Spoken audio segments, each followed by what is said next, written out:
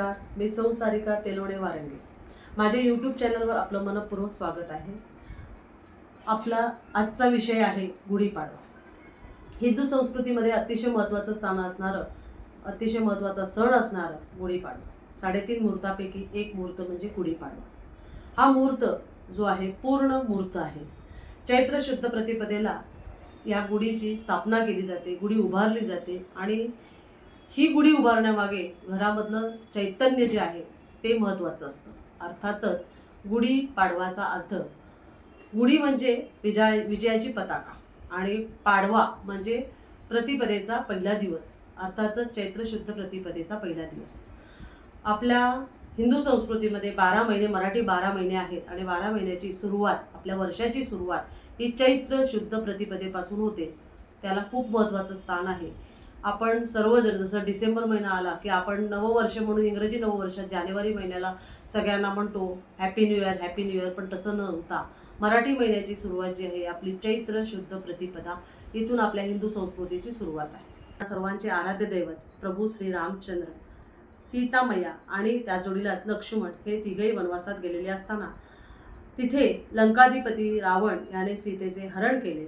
तिला शोधण्यासाठी दक्षिण भारतामध्ये श्रीराम आणि लक्ष्मण दोघे गेले असता त्यांची भेट सुग्रीवांशी झाली. सुग्रीवांनी त्यांना आपल्याला मदत करण्यासंदर्भात सांगितले असता सुग्रीवांनी, बालीराजा जो आहे हा क्रूर प्रशासक आहे, त्याचे इथे राज्य आहे आणि तो मला हे करण्यासाठी तयार होणार नाही किंवा मी असमर्थक आहे, अशा पद्धतीने बोलल्यावर श्रीरामचंद्रांनी बालीराजाशी युद्ध केलं आणि त्याचा पराभव केला. तो दिवस होता चैत्र शुद्ध प्रतिपदेचा. या दिवशी तेथील लोकांनी, दक्षिण भारतातील लोकांनी गुढी उभारली, विजयाची पताका उभारली आणि श्रीरामांना शरण गेले की तुम्ही आम्हाला ह्या क्रूर प्रशासनापासून वाचवलं.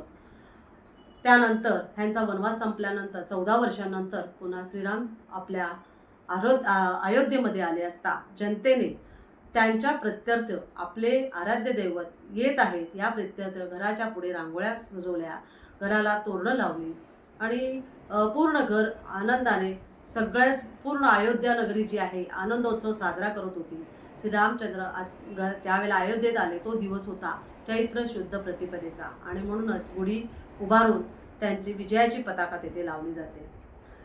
ही प्रथम कथा. तशीच दुसरी कथा म्हणजे आपणाला माहितीच आहे, आपले ब्रह्म जे आहेत यांनी या सृष्टीची निर्मिती जी केली तो दिवस होता चैत्र शुद्ध प्रतिपदा. त्याने शतसंवत्सर जे आहे हे सुद्धा आपल्या याच्यामध्ये शालिवाहन राजाने शकांचा पराभव केला आणि शतसंवत्सर सुरू झालं. ही तिसरी कथा.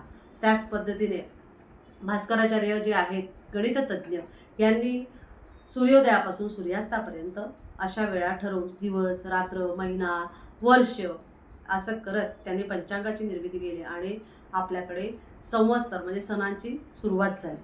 हे सर्व जे आहे आपल्याकडे हिंदू संस्कृतीमध्ये मराठी महिने 12 जे आहेत यातली नववर्षाची सुरुवात, चैतन्याची सुरुवात म्हणून चैत्र शुद्ध प्रतिपदेपासून ही सुरुवात केली जाते.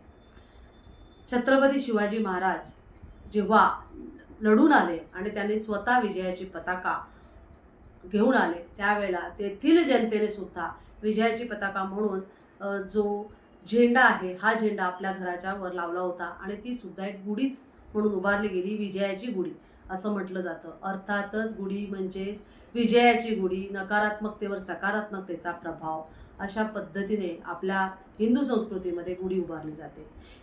हा गुढीपाडवा जो आहे हा चैतन्य घेऊन येतो, समृद्धी घेऊन येतो, आनंद घेऊन येतो. त्याची आपण पूजा व्यवस्थित करून सूर्योदयापूर्वी ही पूजा केली जाते आणि सूर्यास्ताच्या पूर्वी ही गुढी उतरली जाते आणि जेव्हा ती उतरली जाते तेव्हा त्याचा प्रसाद, त्यावर लावलेले खडी साखरेचे म्हणजे साखरेची जी गाठी आहे ती प्रसाद म्हणून वाटली जाते. प्रत्येक घराघरामध्ये आनंदोत्सव साजरा केला जातो आणि आताच्या याच्यात तर आपण पाहतो घरातली पूजा, विधिवत पूजा करून सर्वजण आपल्या गावागावामध्ये याची रॅली काढली जाते. अर्थात रॅली म्हणजे शोभायात्रा, सजून धजून प्रत्येकजण त्याचं आपल्या गुढीपाडवा म्हणजे विजयाची पताका सगळीकडे लावलेली असते, हे आपण पाहतच असतो. त्याच जोडीलाच हा जल्लोष जो आहे तो खूप आनंदाचा असतो आणि तिथेच लहान मुलांना सुद्धा मोठ्यांना नमस्कार करून त्या दिवसाची सुरुवात केली जाते. हा आनंदोत्सव प्रत्येक घरामध्ये हिंदू संस्कृतीमध्ये साजरा केला जातो. ही गुढी प्रत्येकाने लावणं गरजेचं आहे, उभारणं गरजेचं आहे, कारण हे सुख समृद्धीचं आनंदाचं प्रतीक आहे. तर मी तुम्हाला पुन्हा एकदा गुढीपाडव्याच्या मनःपूर्वक शुभेच्छा देते.